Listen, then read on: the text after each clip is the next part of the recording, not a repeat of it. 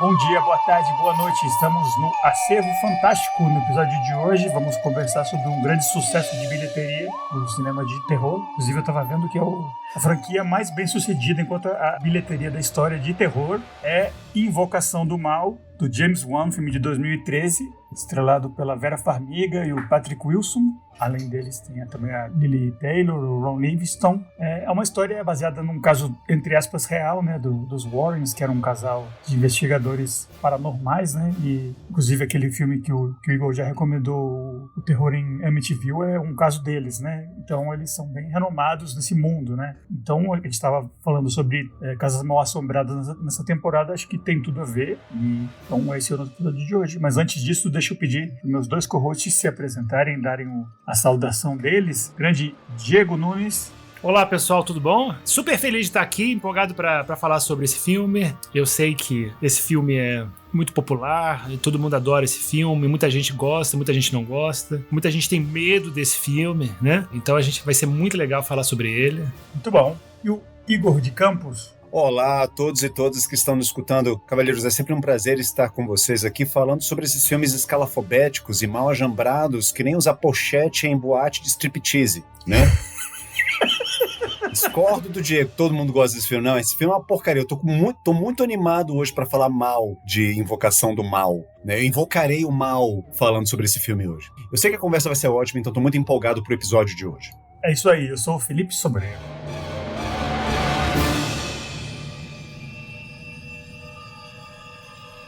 Então, pessoal, já falando do filme, né? É um filme de 2013, Invocação do Mal, The Conjuring, que ele, além de ter dado início a essa trilogia, né? Teve 13, inclusive estão fazendo um quarto agora. Ele gerou toda uma série de outros filmes paralelos e relacionados. Teve aqueles da Annabelle, que é uma boneca que aparece nesse filme, teve da Freira, teve vários, assim. Então, é um filme super bem sucedido nesse sentido de criar, tipo, toda uma série, assim, o pessoal chama de universo cinematográfico, né, que nem da Marvel, mas é tipo uma série de filmes relacionados, né, isso não é uma coisa nova, né, sempre teve aqueles faroestes antigos, eu lembro aqueles faroestes italianos, né, você ia ver, tinha 30 filmes do mesmo personagem, né, então não é uma versão moderna, mas hoje em dia é mais visto nesses filmes de super-heróis e tal, que um filme tem a ver com o outro, e aí sai o spin-off e tal, então foi muito nesse sentido, né, tava até olhando as bilheterias, é a série que mais teve sucesso com o público, né? Não sei se com a crítica, mas com o público foi um filme super assistido e tal. Inclusive eu vi também os 3 no cinema. Eu, pessoalmente, já adianto, assim, que eu tô, acho que talvez entre o Diego e o Igor, né? Que o Diego curtiu bastante, o Igor não curtiu. E eu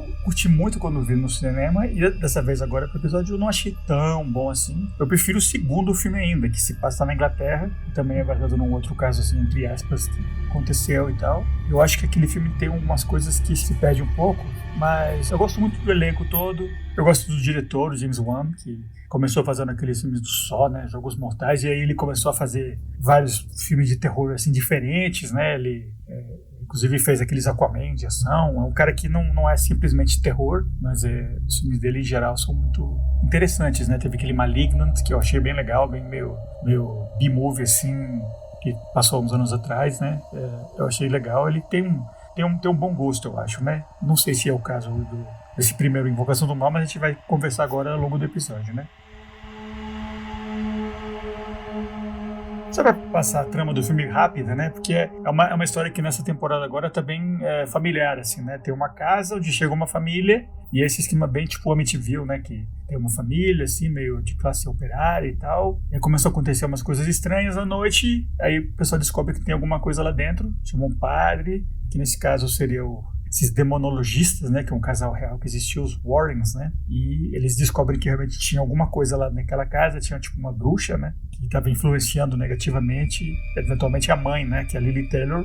E tem todas aquelas cenas que a gente já conhece desses filmes desse gênero, né, de exorcismo, quadro caindo, barulhos na noite e tal. E é isso, né, no final eles conseguem ajudar a família, a história acaba num final meio feliz, assim, né, que aquela presença não tá mais lá, mas é uma coisa que custa um pouco a mulher do casal, né, dos Warrens, a Vera Farmiga, né, que faz a Lorraine, esse processo todo meio que castiga ela, né, então não é simplesmente chegar lá, caça fantasmas e acabar com tudo e vai pra casa, né, tem um certo peso, assim, esse trabalho que eles fazem, e é isso, né, a história é isso, né, a família é assediada, pessoa vai ajudar eles e no final resolve. É isso, não tem muito mistério, não tem muito twist, né? Deixa eu perguntar qual é a história que vocês têm com o filme em relação à primeira vez que vocês viram, se vocês viram os outros ou não, se vocês já sabiam alguma coisa desses Warrens. Deixa eu começar com o Igor, que hoje está representando o contra do debate. Por favor, Igor. Não, longe de mim, eu não quero convencer ninguém a não gostar do filme. Se você gosta do Invocação do Mal, continue gostando e continue assistindo os filmes da série. Eu acho que as pessoas têm que assistir. Eu sempre advogo que as pessoas têm que assistir filmes de terror, a mais filmes de horror. Então, assim, se o seu lance é The Conjuring, então assisto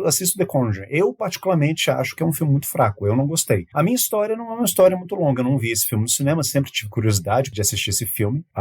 Ele sempre foi muito bem falado. Inclusive, quando eu estava fazendo as minhas pesquisas para a gente poder gravar esse podcast, eu vi que muita gente, né, coloca o The Conjuring como sendo o melhor ou um dos melhores, ou no top 5 dos melhores filmes de horror que já assistiram, assim, muitos podcasters, muita gente que faz vlog em YouTube de cinema. Então, pois é um filme que ele é quase que unanimamente aclamado, né, não sei se pela crítica, mas pelo público, pelo menos. Né, o excelente James Wan, que, na minha opinião, é um excelente diretor, mas que tem uma carreira um pouco irregular, tem uns filmes dele que eu gosto muito, tem outros que eu não gosto nada, fez esse filme e, assim, eu fui, não com expectativas muito altas, mas assim, eu fui já meio que predisposto a gostar do filme. E eu não gostei. Mas assim, eu vou falar sobre as coisas boas do filme. Depois eu posso discorrer mais sobre por que eu não gostei do filme. É um filme que, estilisticamente, eu acho que ele é muito bem feito, ele é muito bem realizado. Ele tem uma vibe, assim, meio found footage. Não é um filme de found footage, né? Pra quem não sabe, found footage são esses filmes de horror em que o filme, basicamente, é uma filmagem que foi encontrada perdida em algum lugar. Eu acho que o exemplo mais recente, mais famoso de found footage é o Bruxa de Blair, e também tem aquele Atividade Paranormal, que também fez muito sucesso, acho que nos anos 2000 e alguma coisa. Que deu origem àquele Blumhouse, né? O Atividade Paranormal foi super sucesso também, né? Exatamente. Então, assim, não é um filme de found footage, mas ele tem uma vibe meio found footage, porque tem horas, assim, eu acho que nos melhores momentos dele, ele parece meio que um documentário que está sendo feito sobre aquelas pessoas que estão vivendo aquele momento. Ele tem uma coisa meio câmera tremida, sabe, com a iluminação ambiente mesmo. Eu acho isso estilisticamente muito bem interessante. E tem outros momentos em que parece que ele bebe um pouquinho da fonte do giallo. São filmes que eu particularmente gosto muito. Para quem não sabe, giallo são filmes de horror italianos, né, que fizeram muito sucesso no final dos anos 70, no começo dos anos 80.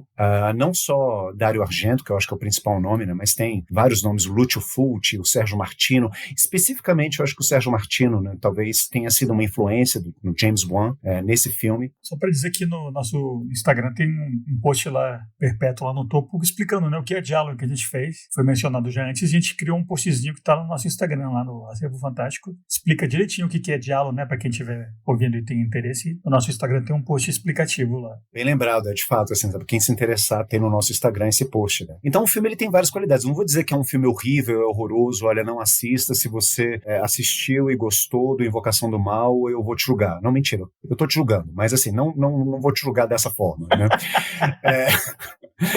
É uma pena dizer isso, mas apesar dessas excelentes características estilísticas, o filme também tem uma trilha sonora que eu gostei muito, né? E uma trivia do filme é que o compositor da trilha sonora, ele é o grandíssimo vilão do filme, que é a bruxa Bathsheba. Então, o compositor da trilha sonora faz uma ponta no filme. Apesar disso, quando o filme terminou, eu tava decepcionadíssimo, né? Eu não gostei da história, não gostei dos personagens, eu achei que o filme ele não trabalha bem, ele apresenta algumas coisas interessantes aqui e ali, mas eu acho que ele não desenvolve nada. Mas eu achei o filme, assim, é um filme de terror inócuo. Não sei, é um filme de terror que talvez os estúdios Disney poderiam fazer, sabe? É um filme de terror, assim, bem comportado, limpinho, higienizado, ninguém morre, não tem muito sangue, tudo acaba bem, ele não é perturbador, ele não vai fazer você perder o seu sono. Ou seja, é um filme de horror quase que carinhoso, assim, com o espectador, assim, que quer ser gentil com o espectador, né? Quer fazer um carinhozinho. Olha, eu vou te assustar, mas eu não vou te assustar muito, não, ó. Tudo acaba bem, sabe? Eu acho que ele é uma excelente porta de entrada a outros filmes de horror que eu acho que são mais interessantes. Mas eu, particularmente falando dos meus gostos, eu gosto, né, de ser provocado, eu gosto de uma coisa mais transgressiva. Eu acho que o filme de horror é justamente um espaço privilegiado para você provocar e você assustar e amedrontar. Eu acho que é esse o propósito, né? E perturbar o espectador. Eu acho que o Invocação do Mal ele não faz nada disso comigo. Para mim, eu terminei o filme, assim, trouxe para minha vida a mesma coisa que eu trago dos filmes da Barbie ou os filmes de princesa da Disney. Acabou e tá. não me perturbou, não me assustou, não vou perder o sono. E foi um filme de horror. Que decepcionante. Eu acho decepcionante. Perfeito, Igor. E agora sim, do outro lado, né, do debate, candidato Diego Nunes. Cuidado com essa cadeira aí, por favor. Cadeira? Ah, cadeira. Boa. Adorei. Ainda bem que é Zoom, né? A cadeira não vai chegar lá. Eu acho uma pena muito grande. Pra mim, eu me arrependo muito de não ter visto esse filme no cinema. Que 2013, provavelmente, eu não me lembro exatamente, especificamente, mas provavelmente foi uma época que eu ainda tinha muito medo de filme de possessão. Ainda tinha um pouco de resquício de trauma de ter assistido O Exorcista, de não conseguir dormir, mesmo adulto, sabe? Então eu tinha ouvido falar que o filme era pesado e era muito eficiente, e muita gente saía meio abalada do cinema, né? E era bem possessão mesmo, então eu acabei evitando, não sei porquê, fiquei com um certo medinho e não fui ver o filme no cinema, porque quando eu vejo esse tipo de filme no cinema, eu fico bem mais afetado do que no vídeo, né? Do que em casa. Quando eu fui assistir, por exemplo, Atividade Paranormal, primeiro, fui assistir à noite com o Felipe e fiquei meio mal depois. Não consegui dormir direito, não. O Felipe ficava rindo e tal, mas como ele é coração de pedra, né? Mas eu não consegui dormir direito, não. E depois que eu fui assistir de novo Atividade Paranormal, achei tranquilo, uma bobagem e tal. Mas porque tava no cinema 9h30 da noite, né? Mas o Invocação do Mal é o tipo de filme que realmente é muito legal de ver no cinema. Porque depois quando eu fui ver na televisão, eu acho esse filme, eu gosto muito desse filme. Eu também, uma coisa que eu concordo com o Igor, ele não é um filme que tá nem nos top 10 ou top 20, sei lá, top 20 de filme de terror. Sem dúvida, ele não é uma obra-prima. Ele não chega nem aos pés de Bebê de Rosemary, Exorcista, Massacre da Serra Elétrica. Não chega. Ele é um ótimo filme de terror, mas ele não é uma obra-prima de fato. Mas eu acho que é um filme extremamente bem executado. Ele tem um roteiro simples, o diretor ele usa artifícios de câmera e de fotografia, e a reconstrução de época, o figurino, os atores são muito bons. Ele usa várias coisas que já existiam antes. Por isso, talvez, que ele não entre no panteão de grandes filmes de terror, porque ele não é um filme original de fato. Tudo que tá no filme já tinha sido feito antes. Só que é feito de forma muito bem feita. Tudo do filme é bem feito, eu acho. A forma que ele cria suspense, o movimento de câmera que ele escolhe, a paciência que ele tem, que hoje em dia é difícil achar, né? Hoje em dia você usa a edição, sabe, rápida e cortada, e acaba o filme ficando com um monte de jump scares. Esse filme tem alguns jump scares, mas são poucos. Esse filme tem paciência. Esse filme, ele cria um suspense de forma mais tradicional. O Igor, ele achou influência no Diallo. Eu vi muita influência de Poltergeist. Tem aquela lance da televisão ligada. No início do filme, né, quando o prólogo com a Annabelle, tem lá o quarto cheio de coisas mexidas, né? Provavelmente o quarto estava todo bagunçado, né? Por causa da entidade que tinha possuído lá a Annabelle, bem Poltergeist, né? E a família dos anos 70 tem uma dinâmica também parecida com a família de Poltergeist. Então é um filme moderno, mas ao mesmo tempo ele pega coisas muito boas, técnicas, né? Técnicas boas, utilizadas no passado. E utiliza de forma muito bem feita agora, quando foi utilizado em 2013. Então eu admiro isso, eu gosto disso, eu gosto de filmes realmente bem feitos com carinho, com amor. É um projeto, com certeza, de amor, sem dúvida. E aí, eu vou entrar numa primeira tese sobre o filme já, porque eu preciso reportar, preciso dar uma réplica ao que o Igor falou. Uma coisa específica que o Igor disse é que o filme, ele não assusta, ele não dá medo. Um filme que você pode dormir tranquilo depois. Falou tudo isso, né? Eu acho que o Igor, ele não entrou na história, ele achou o filme bem Barbie, tranquilo, rosa, porque o filme se utiliza de uma técnica para dar medo que o Igor, ele está cansado de saber que essa técnica, ela é antiga e ela é simplesmente uma técnica, então o Igor não entra nisso, que é um filme de terror que se finge de documentário, se finge baseado em fatos reais. É um filme que tem uma estética realista, pensando no realismo literário, que é ficção, são histórias criadas, mas é uma ficção com conteúdo de verossimilhança que parece real. É uma estética do real. E o filme se utiliza disso. Aquele chamado baseado em fatos reais no começo, né? Que é meio pra incentivar isso, né? Esse lado, né? No espectador. Que é tudo bobagem. É tudo mentira. É óbvio que é mentira. O casal Warren, Lorraine e Ed Warren, eles eram completos charlatães. Tranquilo. Todo mundo sabe disso. isso. Completamente. Sabe?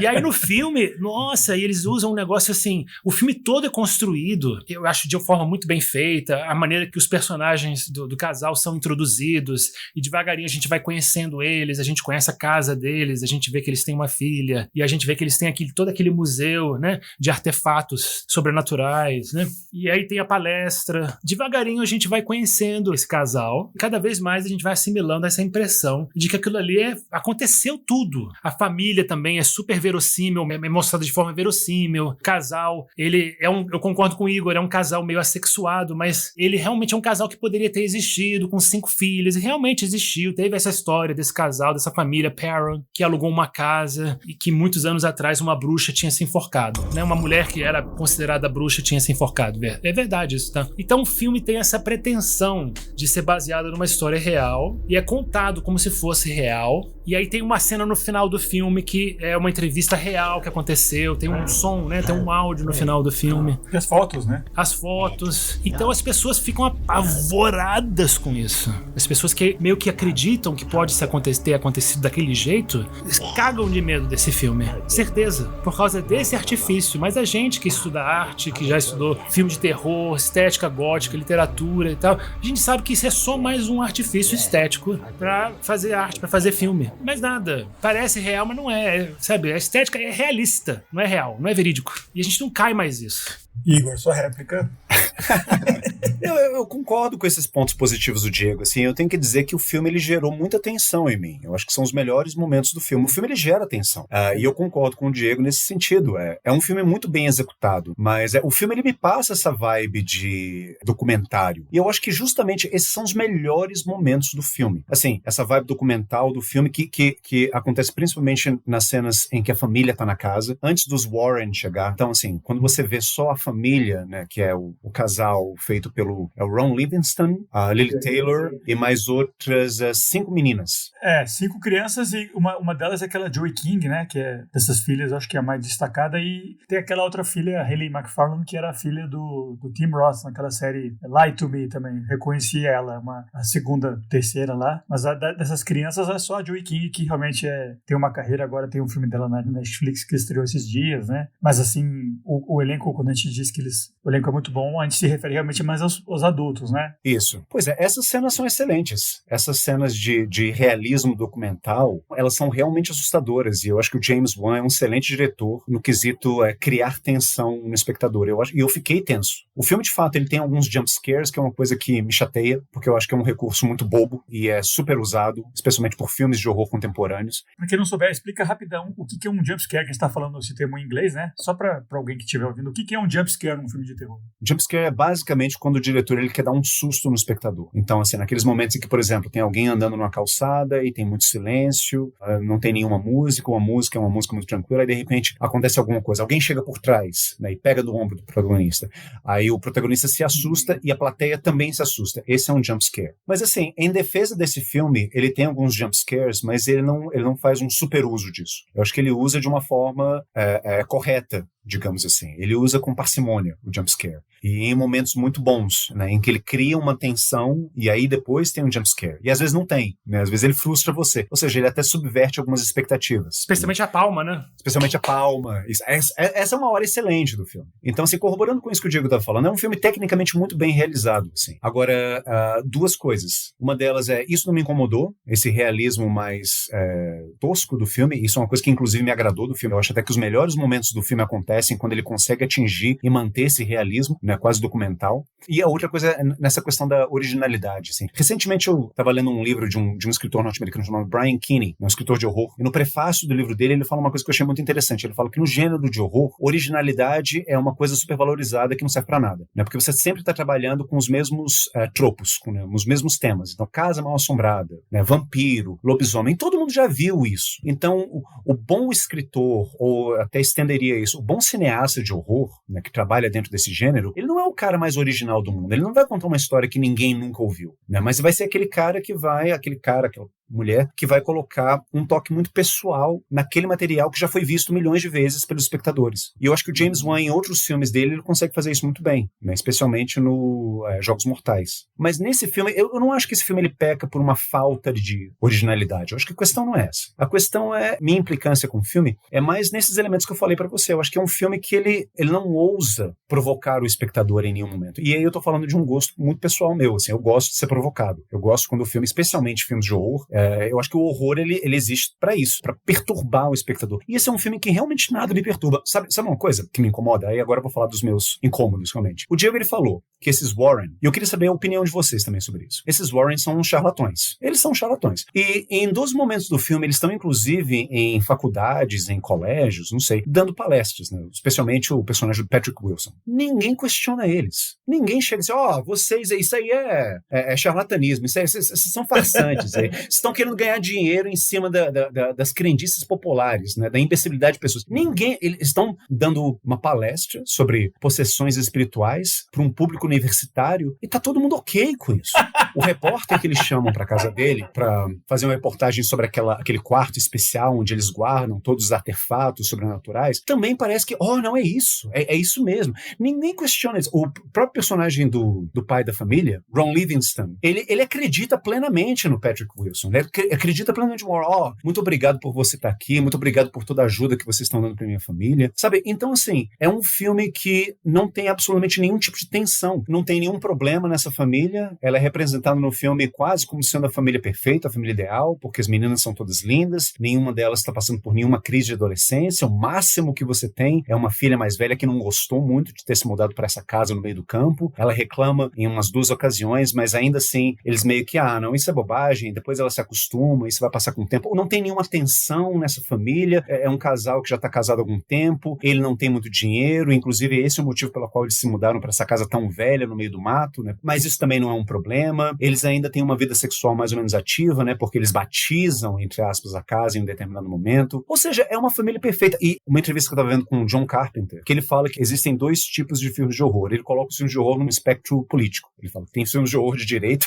e os filmes de horror de esquerda. Os filmes de horror de esquerda, eles tendem a ser mais interessantes porque eles mostram que o inimigo, ele vem de dentro, né? Então a gente falou sobre excelentes filmes de horror de esquerda, né? Recentemente, a gente falou sobre O Iluminado, em que o inimigo é o próprio pai de família, os fantasmas que despertam, né, a loucura dentro dele, e os outros também, em que todo o centro do horror, todo o epicentro do horror está dentro da casa, né? E depois você acaba descobrindo que é a própria mãe, né, naquele afã dela de manter o controle, de manter a ordem, de proteger a família dela, proteger os filhos dela. Então o horror, ele tá dentro, né? Esses filmes, eles tendem a ser mais complexos, tendem a apresentar personagens mais multifacetados, e você tem o horror de direita, em que o inimigo, o monstro, a aberração, é uma coisa que vem de fora, que vem para perturbar a paz, para perturbar o status quo, mas aí ele tem que ser eliminado, às vezes com brutalidade, e aí no final das contas, tudo volta a ser como era antes. Tudo volta a ser belo e pacífico e legal. E eu acho que o Invocação do Mal é um excelente / péssimo exemplo disso.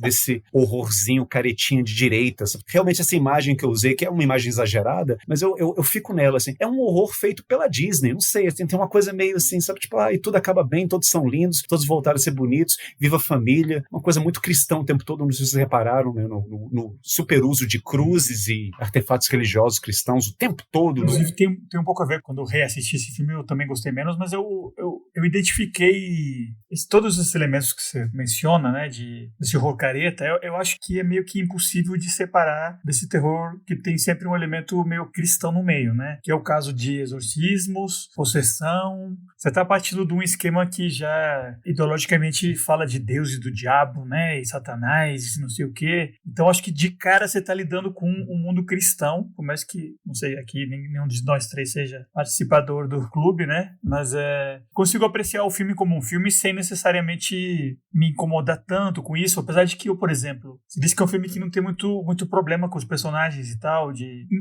relações entre eles, não tem muito, tipo, só aquela filha adolescente mais velha, e tipo 10 segundos de filme, né, que ela é meio reclamando e tal, mas que não tem nada demais. Eu imagino que é um pouco puxando desse elemento da verossimilhança, do realismo que o Diego falou, que é um filme que, como lida com pessoas reais, que a maioria estavam ou estão vivas, né, aquelas filhas todas, por mais que a gente diga, isso não é nada disso aconteceu, aquelas senhoras estão todas vivas, as irmãs, né? Então você tem que ter algum tipo de permissão para usar o nome no filme, você tem que ter permissão para usar os Warren no filme, que na época acho que é só a Lorraine que estava viva ainda. Então você diz, tá, vai poder ter a Lorraine e o marido no filme, mas então você não pode botar eles brigando, você tem que mostrar que eles realmente têm um elemento meio cristão que eles eram, então você tem que respeitar a realidade da qual você está se baseando, ao mesmo tempo que você está tentando equilibrar, fazer um rolo por cima disso, né? As filhas, né, vão dizer, não, meu pai não era um alcoólatra violento, iluminado, né? Minha mãe não era uma paranoica controladora tipo os outros, né? Era uma família completamente normal, né? Esse que é o problema, a gente era uma família normal e chegou esse mal que nos assediou. Então a gente quer que, se você vai falar sobre a gente usar nossos nomes, você tem que mostrar isso. Então eu acho que tem um pouco a ver disso, né? O filme que realmente não tem muitos dentes, né? Ele não ofende muito porque você está lidando com pessoas que viviam, que estavam vivas ou estão vivas ainda, e se você quer usar o nome delas, quer usar a aparência delas, você tem que meio que ceder, né? Então, por exemplo, a minha dica do filme que eu vou dar no final, não vou nem falar ainda qual é, tem um pouco a ver, mas como é ficção totalmente, ele lida com uma mamãe que é uma charlatã nesse mundo espiritualista mesmo, e o filme mostra isso e critica, e tem uma resolução, e tem realmente um elemento sobrenatural que chega por cima que ela não contava que tivesse. Aí você consegue fazer um personagem mais falho, né? Mais interessante, que tem relação com a filha, que vocês vão saber quando anunciar o filme no final, que aqui não pode, né? Porque, né? Você vai ter que inventar um drama que o pessoal no qual o filme está baseado vão dizer que não tinha, né? Então você tem que ficar empurrando, esticando um pouco para ter esse terror, para ter essa coisa verossimilhança que ajuda a vários espectadores a entrarem na história e ficarem, né, com medo, né? Uau, isso aqui que aconteceu. Ao mesmo tempo que você não pode inventar tanto que as pessoas dizem não tem nada a ver com a gente, você não pode mais fazer esse filme, usar nossos nomes, falar nada. Então eu acho que isso deixa o filme meio comprometido nesse sentido, né? O drama é meio reduzido e deixa só o lado sobrenatural, exacerbado, que é o que eles podem exagerar mesmo, né? Sem ofender as pessoas reais que estão teoricamente associadas ao filme, né? Eu acho que isso é uma das coisas que tira um pouco, né, esse fio, essa garra que você queria que tivesse um pouco, né, de confrontamento, né? Então deixa o filme um pouco realmente mais apaziguado no lado humano, né? Essa foi a impressão que eu tive. Por isso que eu gostei um pouquinho menos quando eu revi, que quando eu vi no cinema a primeira vez. Você entra mais no clima, e o público todo, né? Mas em casa você realmente fica pensando, observando só você na TV, você começa a pegar esses detalhes. Eu acho que é isso que indica essa falha que você sentiu de ter alguma coisa bem chocante. Eu acho que veio daí, na minha opinião, né? Eu li um pouco sobre os bastidores do filme, né? Sobre como é que o filme foi feito e tudo. E, de fato, a Lorraine Warren, ela estava viva e ela participou da filmagem. Acho que ela foi consultora, né? Ela tá numa cena, né? Ela faz uma pontinha. Ela é uma das pessoas que estão assistindo a palestra no meio do filme, né? Que é a palestra que a Lily Taylor, né? Que a mãe vai lá pedir ajuda, né? Ela aparece bem rapidamente, né? Então, eu vi que o contrato que ela exige que seja assinado para que o filme seja feito, não podia mostrar nenhuma cena que o casal Warren de forma negativa, né? Não podia mostrar de forma negativa o casal. Não podia ter briga, não podia ter sexo. Tinha que ser harmônico e lindo, sabe? E claramente não charlatãos também. E não charlatão, especialmente porque, por exemplo, eu sei que isso pode entristecer a plateia e tudo, né? Saber essa informação, né? Que isso tira muito o peso, né? De gostar do filme, né? Tanto do 1 quanto do 2, Invocação do Mal 1 e Invocação do Mal 2. Mas, por exemplo, eu li que eles falharam, que eles não expulsaram a Bathsheba da casa, que eles foram mandados embora pela família. A família mandou eles, pode ir embora daqui, não tá dando certo. Depois a família se resolveu sozinha. E no Invocação do Mal 2, eles não foram convidados. Eles bateram na porta da casa e se meteram lá, quiseram se meter com a outra família inglesa lá do segundo filme. No 2 tem uma cena legal que tem o que o Igor pediu, que tem um cético num debate que chama eles de charlatãs e tal. Aí o Patrick Wilson lá, não, você não, como se atreve, não sei o que, eu sou assim, cristão defensor da minha esposa. Aí a mulher diz, não, deixa pra lá. Então, eles são super nobres, né? E se você sabe a história real, isso aí você consegue relevar e assistir o filme, né? Mas é isso, né? Você sente a presença dela, né? Então, eu acho que a sorte do filme, porque realmente eu concordo totalmente com esse ponto do Igor, né, e do Felipe. Eu acho que o filme é bastante enfraquecido por essa ausência de conflito, né, por esse clima de amenidade e de tranquilidade, serenidade que existe nas famílias do filme, tanto na família Warren quanto na família Perron. E a grande devastadora dessa serenidade é a Bathsheba, né, vilã, bruxa, que a gente sabe muito pouco dela, inclusive, né? Uma outra coisa, fraqueza do filme, né? A gente sabe que ela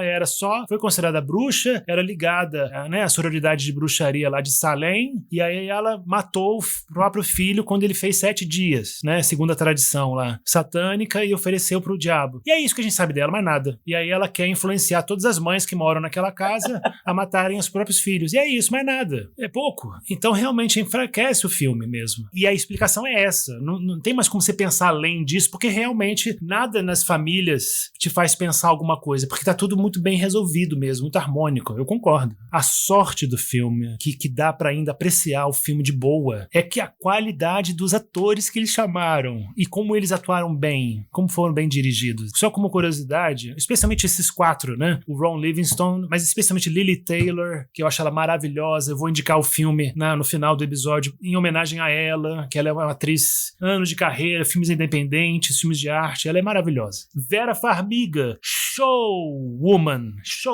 de interpretação, uma das atrizes mais subestimadas, assim, sabe? Lindas, maravilhosas. E ela dá show nesse filme. Eu tava assistindo um vídeo sobre... Achei legal o tema do vídeo, né? Tipo, uma lista dos melhores gritos da história do cinema. E aí, um professor de atuação, tutor, né, de outros atores, ele avalia a qualidade e a veracidade e se aquele grito é genuíno ou não.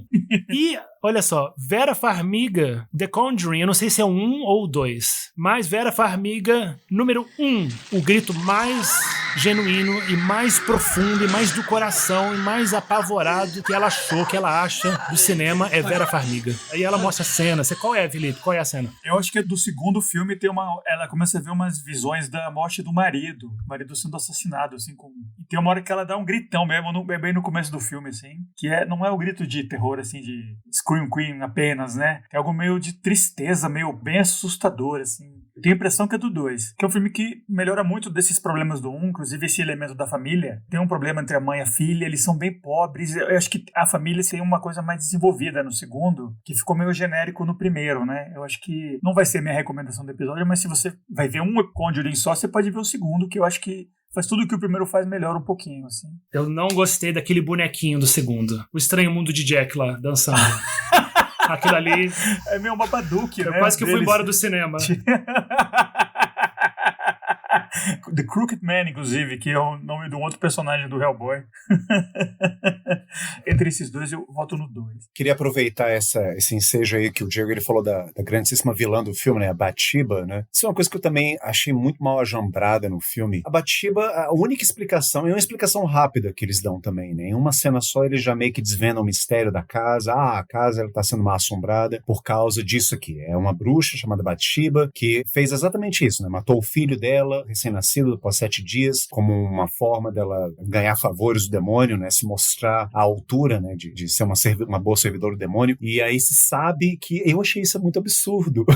Se sabe que ela é descendente de uma das bruxas que foram condenadas no julgamento de Salem. Gente, a gente tá falando de umas grandes máculas da história norte-americana. Essa condenação das bruxas de Salem foi uma época em que, por conta de fanatismo e superstição e perseguição religiosa, um grupo de mulheres inocentes foram condenadas à morte por suspeita de bruxaria. Sabe? Eram mulheres que foram torturadas para que elas confessassem coisas que elas não fizeram e aquela comunidade achasse bodes expiatórios para os problemas deles. E isso é uma grandíssima mancha na história dos Estados Unidos. Mas no filme, ela é descendente das bruxas de Salem, ou seja, eles colocam ela como sendo uma autêntica bruxa, meio que deixando que implícito que, olha, essas bruxas de Salem, elas eram bruxas mesmo. Sabe? Aqueles puritanos fanáticos religiosos, eles estavam certos assassinando aquelas mulheres. Sabe, como assim? Como assim, Brasil? Esse filme, não, que show da Xuxa é esse? Pelo amor de Deus. Eu achei isso um dos vários absurdos. Esse filme, ele beira, sabe? Tudo bem o filme ser cristão, não tem problema. A gente tava falando, né, dessa distinção entre os filmes de esquerda e direita. Isso é o John Carpenter. Eu acho interessante isso que o John Carpenter falou. Mas assim, lembrando que existem, independentemente do seu posicionamento ideológico, ideológico. Existem grandes filmes de ambos os lados. Eu acho que O Exorcista, do William Friedkin, é uma obra-prima e é um filme de direita. Você vê que tem os padres são heróis, né? Tudo acaba bem, as coisas voltam a ser como eram antes, né? Tem uma restauração do status quo no final do filme. A gente já falou sobre esse filme aqui no podcast, né? É uma obra-prima esse filme, sabe? Ele é fantástico. Não é por uma questão de posicionamento ideológico que você vai gostar ou não gostar do filme. Pelo menos assim, eu tenho isso pra mim. Não, mas tem um elemento trágico do Exorcista, né? Os dois padres morrem, que dá um elemento muito mais potente pro final do filme, né? Por mais que acabe bem, né? Acaba bem pra menina Reagan, assim, mas até isso, inclusive, assim, sabe, corrobora com esse elemento cristão do filme, porque eles morrem em sacrifício. A morte deles é uma morte trágica justamente porque é uma morte sacrificial. Eles se matam para salvar a alma da menina. Então, assim, sabe, tipo, tem um elemento cristão muito forte nesse filme, o que acentua, inclusive,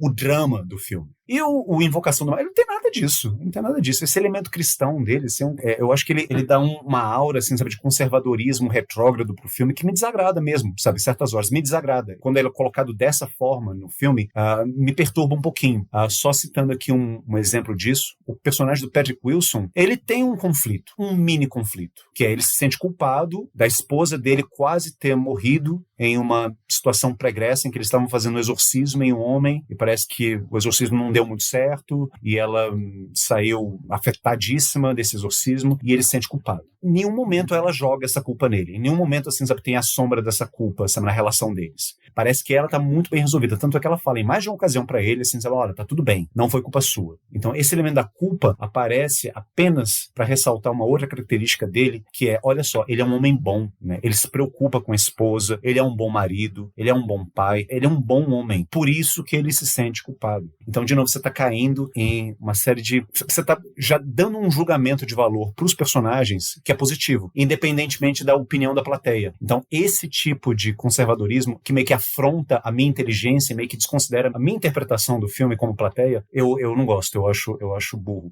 Eu concordo, eu acho que eles, inclusive eu penso assim, eu fiquei pensando no final, que eles realmente, o casal, o Ed e a Lorraine, eles são colocados no filme como pessoas realmente muito boas e praticamente assim, talvez avatares de anjos, né?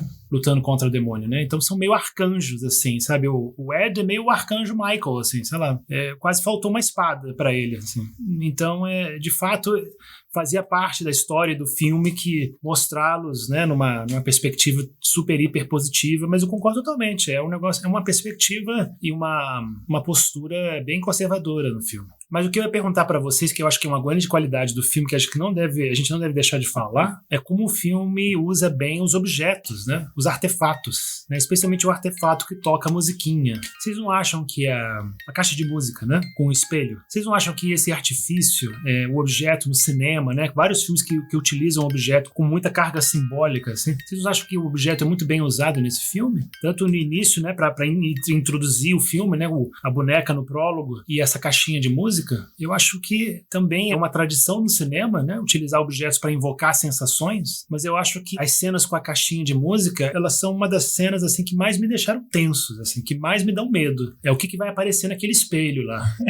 Que pra quem não conhece o filme, tem uma caixa de música que quando fica girando assim, ela abre e tem um espelho, né, com espiral que reflete, e aí, teoricamente, você tem que olhar nele pra ver alguém atrás de você, pra ver um espírito, né? Eu curti. É um dos... Realmente um elemento que, inclusive, no segundo também tem, né? Tem um carrinho de bombeiro, né? Tem sempre alguma atribuição a um elemento físico tangível que fica carregado, né? Com esse potencial, assim, de algo além que deixa, né? Eu acho que é realmente bem usado. Eu concordo. Uma das coisas que poderiam ser melhor exploradas nesse filme, que talvez pudessem deixar esse filme mais interessante, é justamente aquela câmara de objetos que os Warren têm na casa deles, né? Eles têm um quarto. Tipo um museu, né?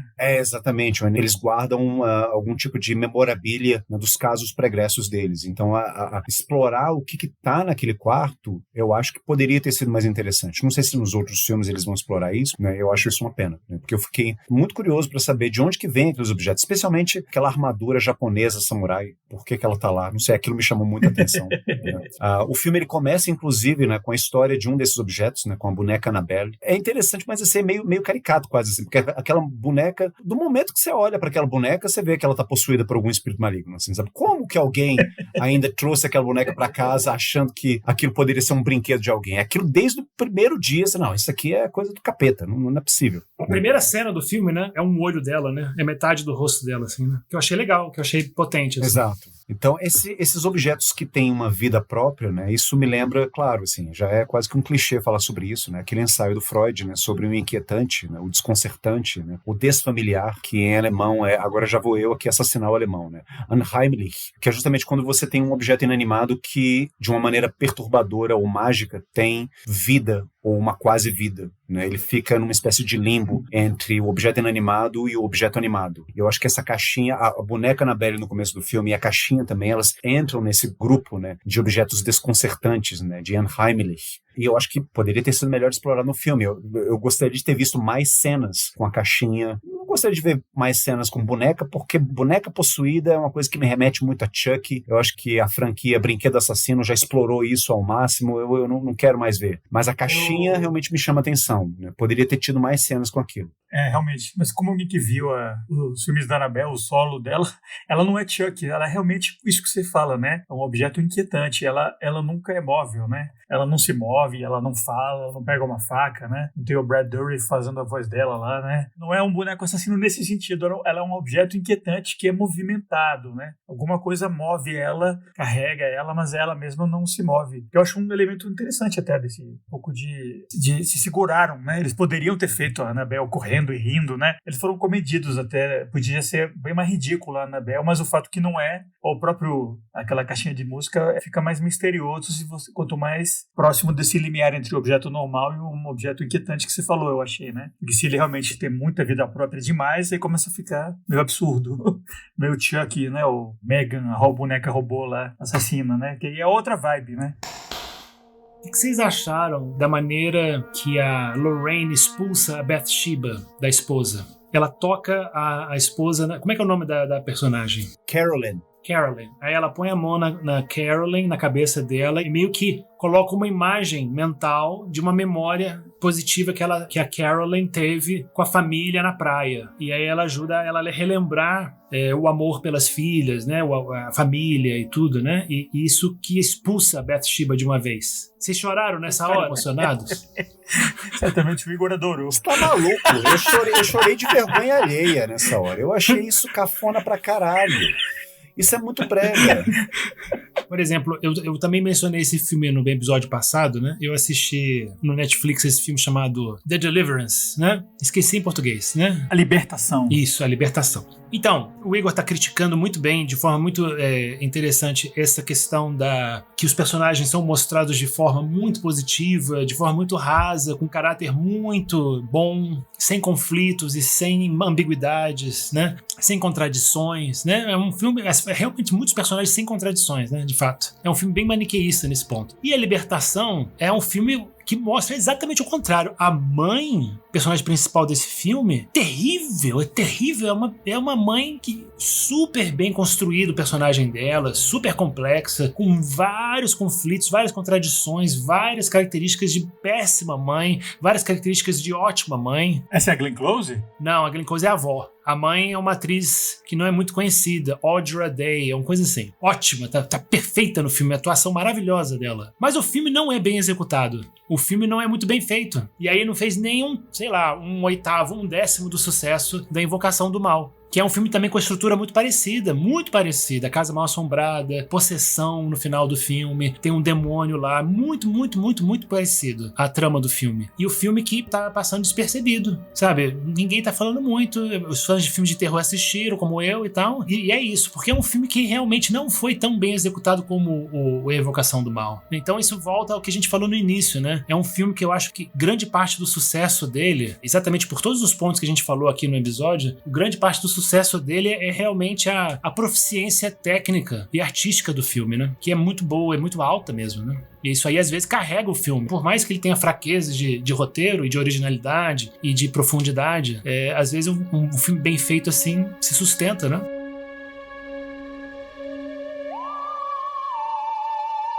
Pois é, pessoal, valeu por ouvir a gente. Essa foi a nossa conversa sobre Invocação do Mal. A gente ia poder continuar assim falando horas, como sempre, né? Mas tem que dar um basta, né? Porque senão o pessoal começa a aquecer muito o debate, aí começa a aparecer a possibilidade de alguém jogar uma cadeira realmente, né? Então vamos deixar por aqui assim. Esperamos que vocês tenham curtido o episódio, acho que vale a pena assistir o filme, né? Que provavelmente todo mundo que tá ouvindo isso aqui já viu, que é um filme hiper popular, assim, mas mesmo assim esperamos que você tenha curtido da nossa conversa dos pontos de vista dissonantes que a gente apresentou aqui hoje.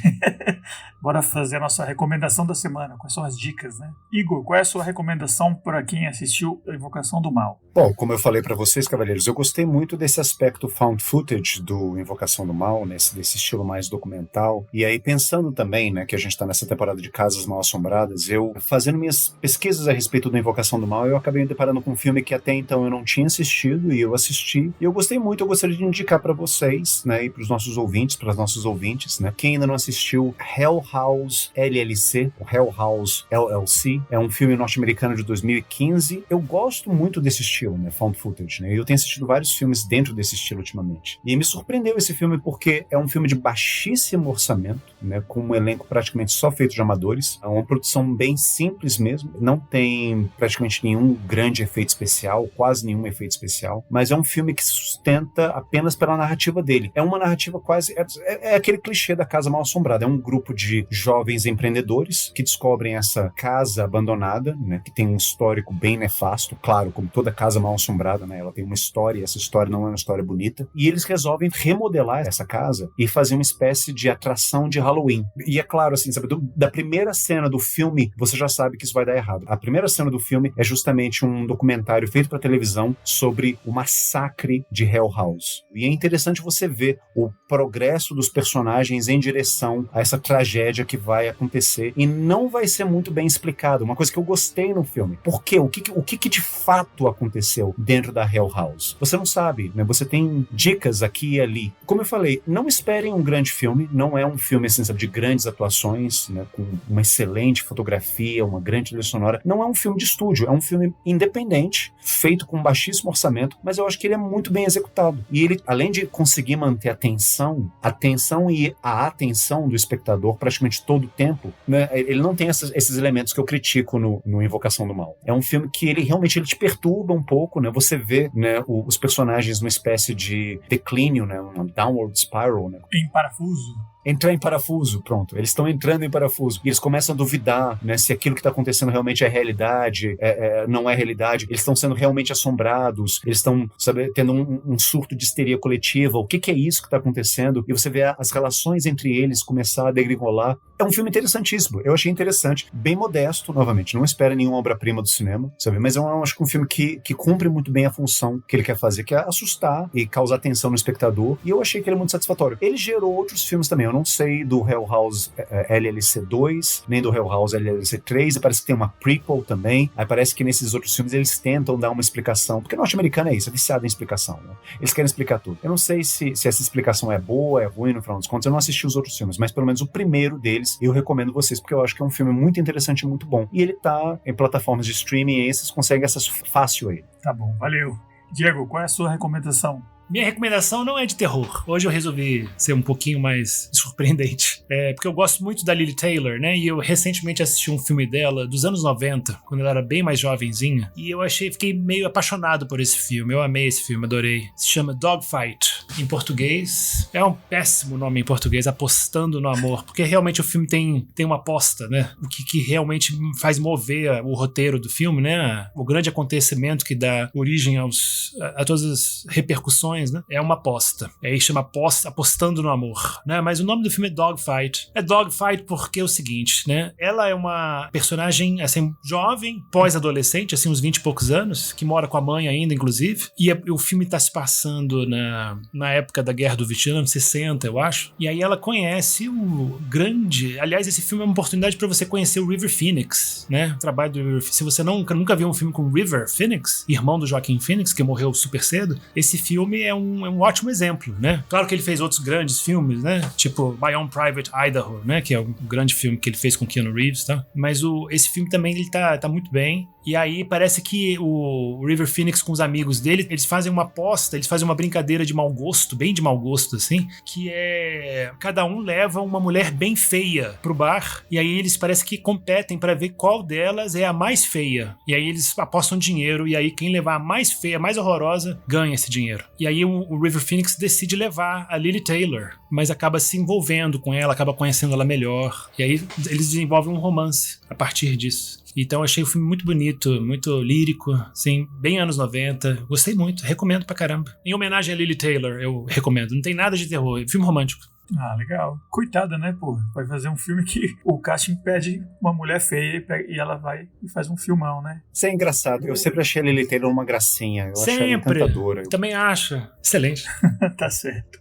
E, bom, e a minha, né, eu já tinha dado a dica, né, que é um filme feito assim na sequência do Invocação do Mal, um filme de 2016, do Mike Flanagan, é o segundo filme daquela série Ouija, né, esse aqui na verdade é um prequel, né, ele acontece antes do primeiro, um filme bem ruinzinho, o segundo que é o Ouija, A Origem do Mal, que eu reassisti, que eu achei bem legal e tem muitos assuntos parecidos, só que como é uma história completamente de ficção, né, sem ser, entre aspas, baseado em fatos reais, acho que eles deixam bem mais interessante a dinâmica da mãe com a filha, né? Que é uma mãe que é uma cigana, uma espiritualista, assim, que faz seances e tal. E você vê que ela, tudo mentira, tudo enganação.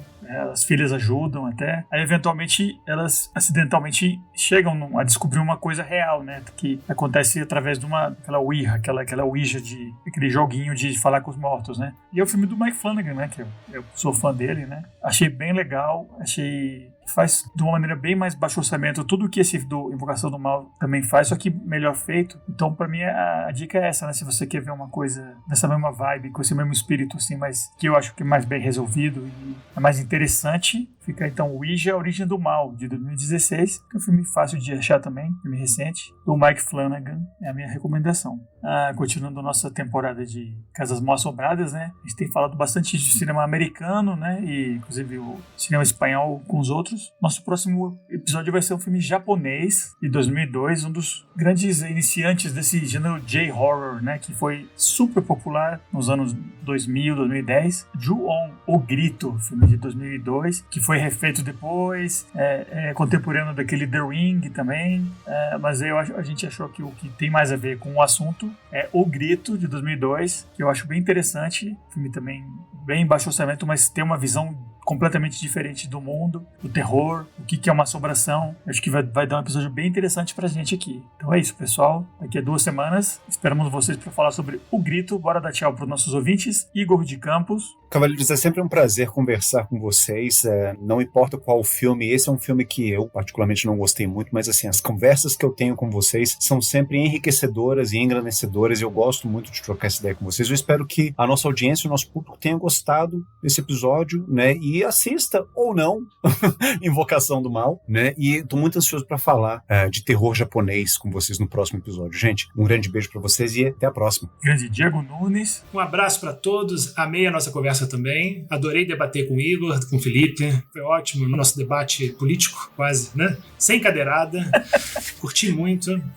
E também tô ansioso para falar sobre um gênero que eu gosto muito, que é o J-horror, né? E O Grito é um grande exemplo, um filme de casa mal assombrada do Oriente, né? Muito interessante a gente falar. Com certeza não percam. Um abraço. E tem todo esse aspecto japonês, né? O Diego, pra quem não conhece, ele morou uns anos lá, né? Então tem todo esse aspecto cultural, assim, que também a gente vai falar. Eu tô anunciando e vai ser um episódio legal. A gente nem gravou ainda.